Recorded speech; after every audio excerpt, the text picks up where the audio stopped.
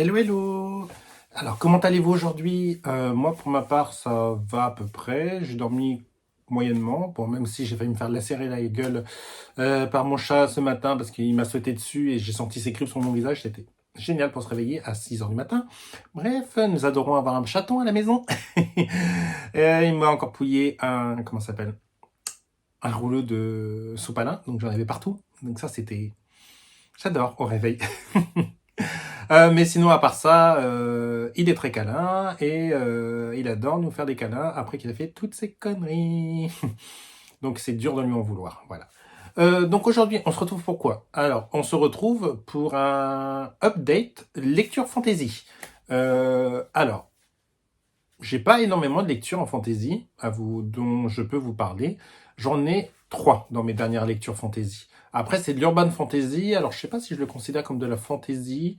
Hum, je vais voir au fur et à mesure. Voilà. Donc, déjà, je vais vous parler des 3 lectures papier. Voilà. Alors, j'ai lu Cœur de sorcière de Geneviève Garnichek chez Sabran, le label de chez De Saxus. Comme ceux qui m'ont suivi lors de mon live, ils ont pu voir les méfaits d'avoir un chaton. Il m'a pouillé mon bouquin collector. J'étais super content. En plus, en plein live, hein. J'étais juste parti me faire un latte. J'avais laissé le livre à côté de l'ordinateur et tout. Bah, bref, sur le lit et il me l'a pouillé. Donc, bon.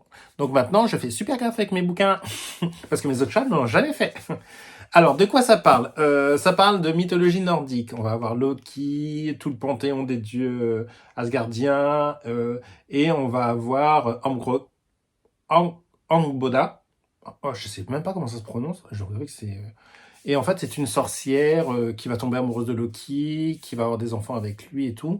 Et en fait, ce que j'ai beaucoup aimé dans cette lecture, c'est que l'auteur, elle fait ça sous la. C'est comme si c'était un conte qu'on lisait. Ça nous relate vraiment les faits bien, etc. Tout, comment dire, on voit très bien comment sont les personnages, quels sont les enjeux. Enfin, franchement, c'est vraiment bien. Et en fait, en plus, ça se situe par rapport aux différentes prophéties du Ragnarok, etc. et tout. Donc, franchement, l'auteur, elle a fait un travail de folie. En plus, elle a rendu ça comme un conte parce que elle n'a pas fait de chapitre. Elle a fait des parties, mais elle n'a pas fait de chapitre. Donc, en fait, déjà, quand on l'a lu en lecture commune, c'était un peu difficile de comment dire, de scinder la lecture par chapitre et tout. On a dû faire par page, hein, parce que en fait l'histoire ne s'arrête pas, hein, tout simplement. Et ça donne une ambiance bien particulière au bouquin.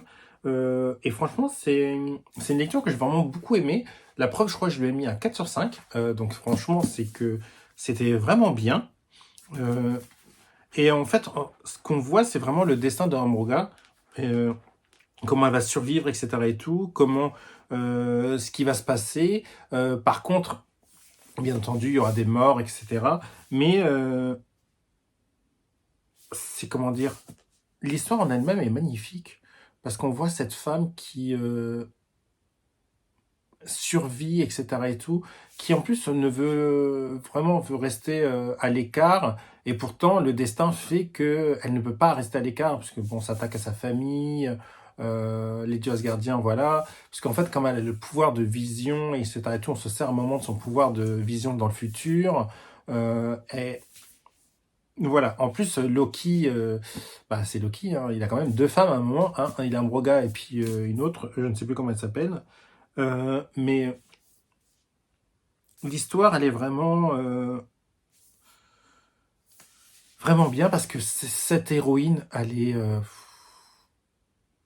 on voit que c'est une mère dévouée, qu'elle aime ses enfants, même s'ils sont peut-être pas totalement humains, puisqu'elle les a eu avec Loki. Donc voilà, à un moment, elle a quand même une jeune fille, enfin une fille qui, comment dire, qui a une particularité parce qu'elle a les jambes qui sont mortes, on va dire, tout simplement.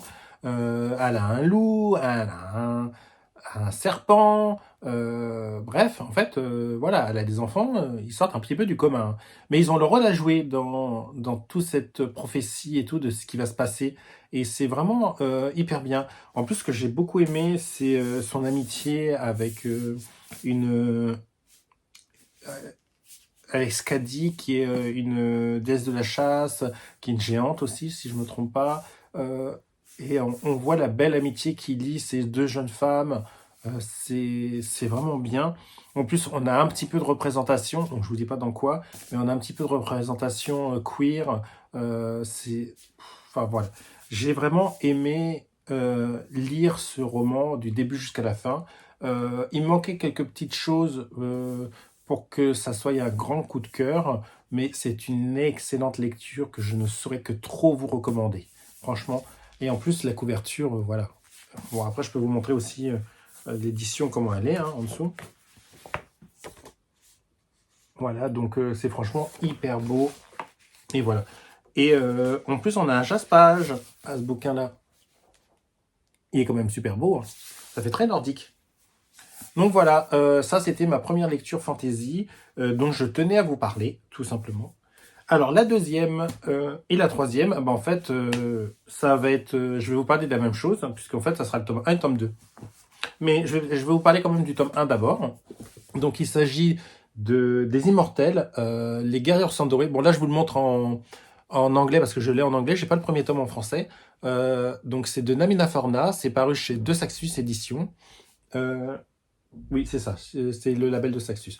Donc vous voyez, la couverture est vraiment superbe, tout simplement. On adore.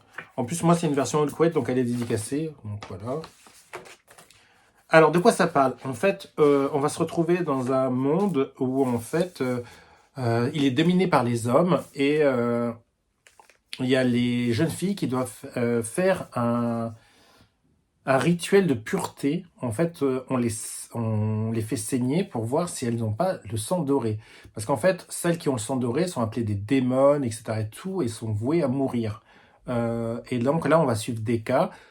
Sauf que Deka, en fait, il s'avère que son sang est doré. Donc du coup, elle va être enfermée, ils vont essayer de la tuer et tout, mais en fait, celles qui ont le sang doré, en fait, on peut pas les tuer comme ça. Donc elle va mourir de 1000 morts, etc. et tout, jusqu'à ce qu'il y ait une femme qui vienne la voir et qui lui propose quelque chose. En fait, elle est en train de... Enfin, elle recueille toutes les jeunes filles comme ça, de manière à en faire des guerrières au service de l'empereur. En fait, parce qu'en fait, comme elles sont un petit peu increvables, donc ça, et elle va laisser le choix à Deka. Et Deka, bon, bien entendu, va accepter. Et elle va se retrouver donc dans cette caserne où, et en fait, elle va avoir en fait, elle va se créer des sœurs de sang. Voilà, parce qu'elles ont toutes le sang doré, elles ont des aptitudes et tout. Sauf qu'en fait, ça ne s'arrête pas juste à là, en se disant, oui, elles vont combattre, parce qu'en fait, cette armée-là a été créée pour combattre les hurleurs. En fait, les hurleurs, c'est des espèces de monstres qui attaquent les villages. On ne sait pas pourquoi, etc. et tout. Et sauf qu'en fait, les seuls qui peuvent vraiment les combattre, c'est ces guerrières au sang doré, tout simplement. Sauf qu'en fait, c'est pas aussi simple que ça. Il y a une complexité qui se met en place, puisqu'on va apprendre beaucoup de choses là-dessus. On va en apprendre beaucoup plus sur Deka, parce que Deka n'est pas qu'une simple guerrière au sang doré. L'auteur, en fait, elle nous embarque vraiment dans son histoire. En plus, il y a des réflexions sur comment dire, par rapport à notre société d'aujourd'hui, par rapport au fait que voilà, celles qui sont différentes, on les met de côté, on essaie de les tuer, etc. et tout. Donc en fait, il y a vraiment une très bonne réflexion dans ce roman. Bah, j'ai vraiment aimé ça. J'ai aimé Deka, j'ai aimé ses amis, j'ai aimé le soupçon de romance qu'il y a avec un Janus. Oh, je ne sais même plus comment ça s'appelle. Ouais, bref, je me rappelle plus. Bref, parce qu'en fait, on lui a signé un homme et tout, et j'ai aimé le soupçon de romance qui se met en place, mais c'est pas le sujet. La romance, c'est vraiment pas le sujet. Là, c'est vraiment la libération d'un peuple, etc. et tout, et c'est vraiment très très bien fait. En plus, à la fin, ça se finit bien, pas trop en queue de poisson d'ailleurs, et c'est ça qui est bien, c'est que le premier tome, au moins, on n'est pas sur un cliffhanger de folie.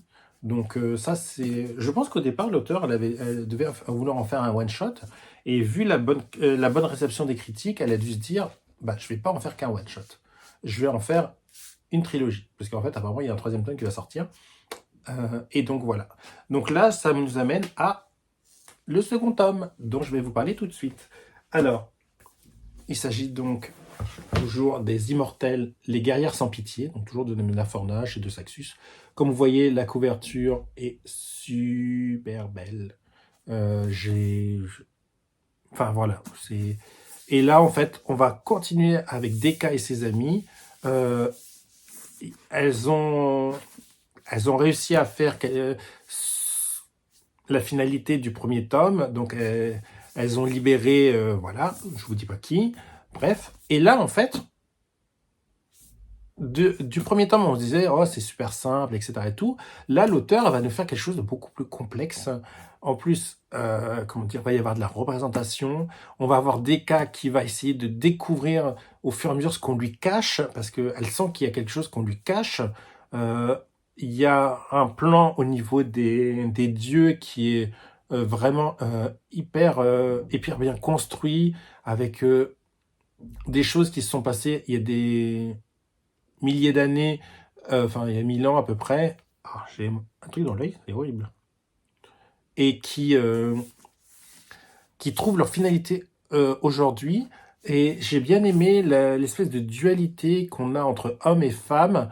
En fait, l'auteur joue beaucoup là-dessus.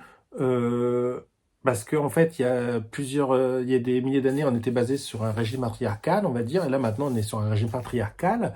Sauf qu'en fait, bah, chaque régime a ses failles, etc. et tout. Il y en a une immense réflexion là-dessus. En plus, on a de la représentation queer. Bon, je vous en dis pas plus parce qu'il ne faut pas que je vous spoil l'histoire, mais c'est vraiment hyper bien amené. Et même, on est surpris. Parce qu'à un moment, on est surpris par certaines choses. J'ai un peu soif. Pour ceux qui se demandent ce que je bois, c'est du matcha latte au lait d'avoine et sirop d'érable. Voilà, j'adore ça. Donc voilà. Et dans ce roman-là, il y a encore plus de rebondissements. Il est encore plus rythmé que le premier tome. C'est... comment dire, on essaie de suivre le rythme et tout. C'est une lecture qui...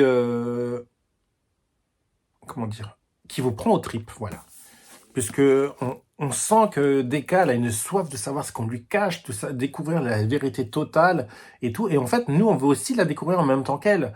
Et c'est ça le truc, c'est que on veut vraiment la découvrir. Et donc, c'est vraiment bien. Voilà.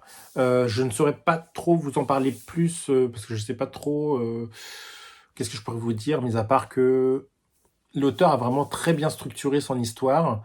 Elle l'a structurée de bout en bout. En fait, on n'a aucun moment où il y a quelque chose qui est dissonant par rapport au reste.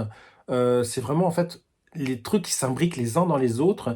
Et en fait, le but de Deka, c'est de désimbriquer tout ça et d'arriver vraiment à la vérité nue et tout. Et voilà.